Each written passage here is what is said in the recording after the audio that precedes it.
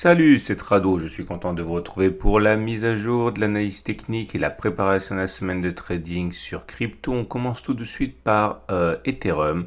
Ethereum qui est toujours en période de rémission lente. Voilà les données journalières. On voit que la tendance de long terme est heureusement toujours haussière car on est au-dessus de la M200 qui monte. Par contre, la tendance de fond est neutre car on est en dessous de la M50 qui descend. Quant aux tendances générales et tendances de court terme, elles sont neutres également puisqu'elles s'entrelacent, on est à leur contact, elles sont plutôt en rémission également ces tendances, mais rien de très clair. D'ailleurs, quand on regarde les bougies Aiki Nashi pour juger de la pression en cours, vous voyez, ce sont des bougies alternativement vertes ou rouges, mais surtout avec des mèches basses et hautes qui montrent bien l'indécision. Donc pour l'instant, c'est plutôt neutre, on va dire, même si j'insiste, le plus important c'est qu'on ait rebondi sur le support hebdomadaire des 2050-1300. Il y a mieux à faire au niveau des unités de temps 4 heures. Mais on comprend également comme le chemin est heurté pour la hausse, on a une succession de résistances et de supports intermédiaires avant véritablement de franchir des seuils importants. Le support intermédiaire des 21,83, 22,13, 25,22, 25,90, ce ne sont pas de très bonnes zones d'entrée, en ce sens que ces supports sont fragiles, mais on n'a pas grand chose d'autre à se mettre. Je considère qu'on aura une vision plus claire de la hausse à venir lorsqu'on se sera débarrassé de cette résistance intermédiaire des 29,00, 29,03 et pour les plus patients, après le passage de la résistance H4 des 35,65, 31,29. Mais vous voyez que les distances à parcourir entre ces deux résistances sont relativement limitées, puisque on a 5% à peu près avant de se retrouver nez à nez avec la résistance suivante. Donc c'est ce qui rend difficile l'entrée en position sur Ether qui n'est pas en tendance haussière. On peut le voir, puisque sur cette unité de temps non plus, je veux dire, puisque nous avons les trois moyennes mobiles qui sont à plat comme ça. Donc c'est une véritable lessiveuse pour ceux qui veulent entrer actuellement. Regardez les bougies Aiki Nashi, comme pour s'en convaincre, elles sont petites, elles sont accompagnées de mèches hautes et de mèches basses. Il n'y a pas de tendance ni de pression clairement établie sur cette unité de temps pour l'Ethereum. Donc je répète que ça reste globalement neutre. Ceux qui entrent maintenant doivent s'attendre à s'armer de patience avant d'être véritablement apaisés quant à la tendance. Et on passe à Bitcoin. Bitcoin qui est dans une situation comparable, quoique la réaction soit plus molle. Nous sommes bien soutenus par le support hebdomadaire des 42,70, 28,750. Ce n'est pas rien, c'est une zone cruciale dans laquelle on a transité pendant des semaines et que l'on revisite à présent. Donc il est normal qu'il y ait du soutien, mais pour l'instant, encore une fois, le rebond tarde à se mettre en place.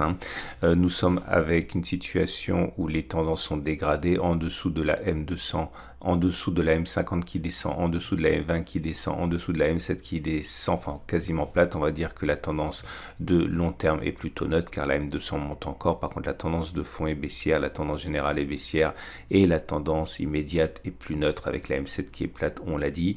D'ailleurs, quand on regarde les bougies Aiki Nashi, on voit que la pression pour l'instant n'est pas haussière du tout, bien au contraire. Ce sont des bougies avec des mèches hautes et des mèches basses.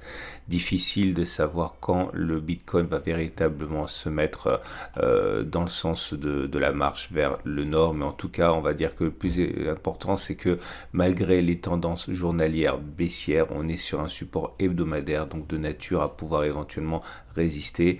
La prochaine résistance, elle est loin, elle est sur les 47 environ, ici 47 000. On a du temps avant de les voir solliciter. On descend tout de suite sur les données 4 heures. Et si on descend sur les données 4 heures, on voit que comme pour l'Ethereum, c'est difficile de rentrer en position parce qu'il n'y a pas de tendance. On est en dessous de la M200 qui descend, donc la tendance de long terme sur cette unité de temps est baissière. Et les M7, M20, M50 s'entrelacent, signe encore une fois de la temporisation avec une tendance de fond, tendance générale et tendance immédiate qui sont, on va dire, plutôt neutres.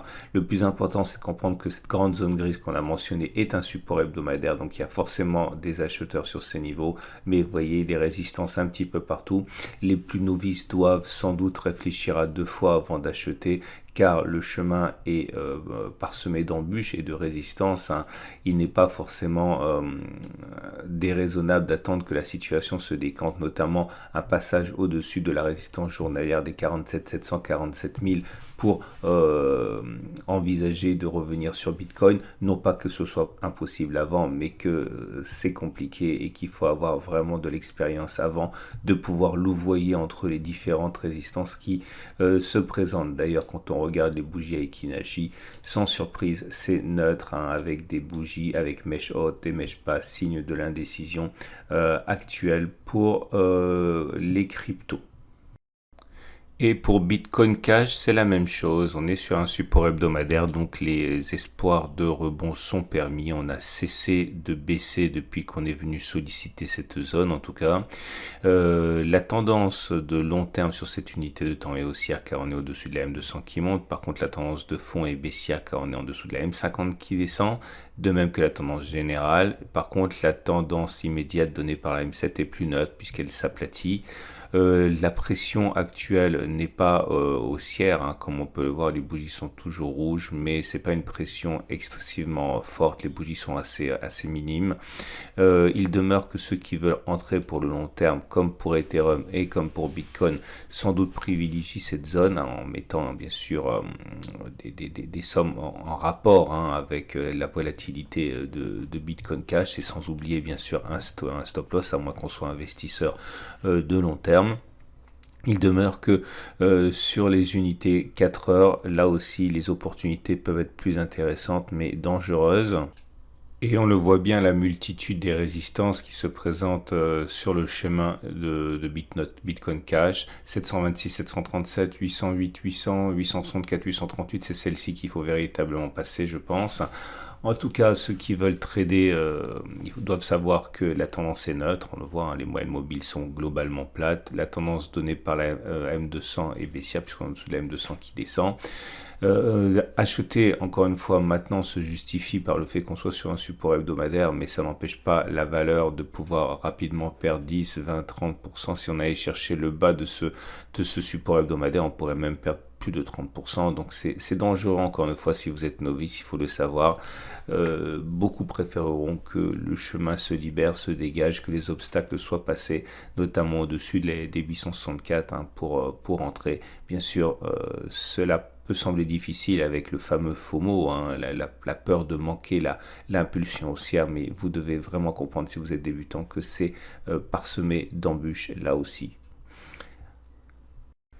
Et on passe à Litecoin dans une situation équivalente. Depuis qu'on a rebondi sur le support des 146-130, on végète, on cherche de bonnes raisons de monter.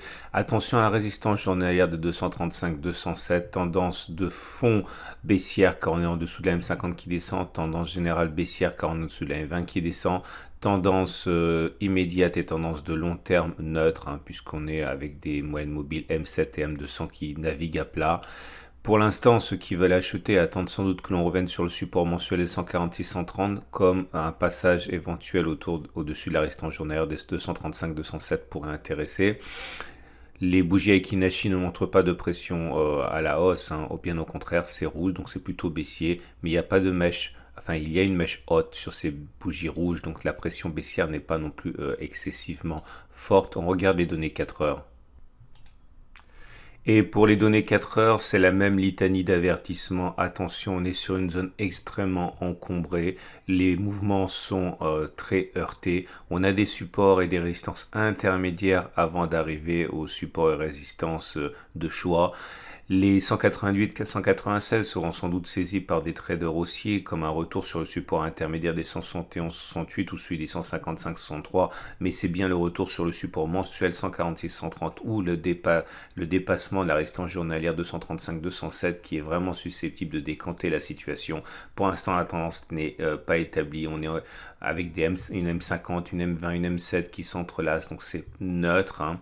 À noter quand même au passage que la pression délivrée par les Aiki Nashi n'est toujours pas haussière. Vous voyez, c'est des bougies petites avec des corps en haut et en bas. Bref, c'est absolument pas puissant ce qui se passe. On est toujours en période de congestion et de rémission après la baisse abyssale à laquelle on a assisté.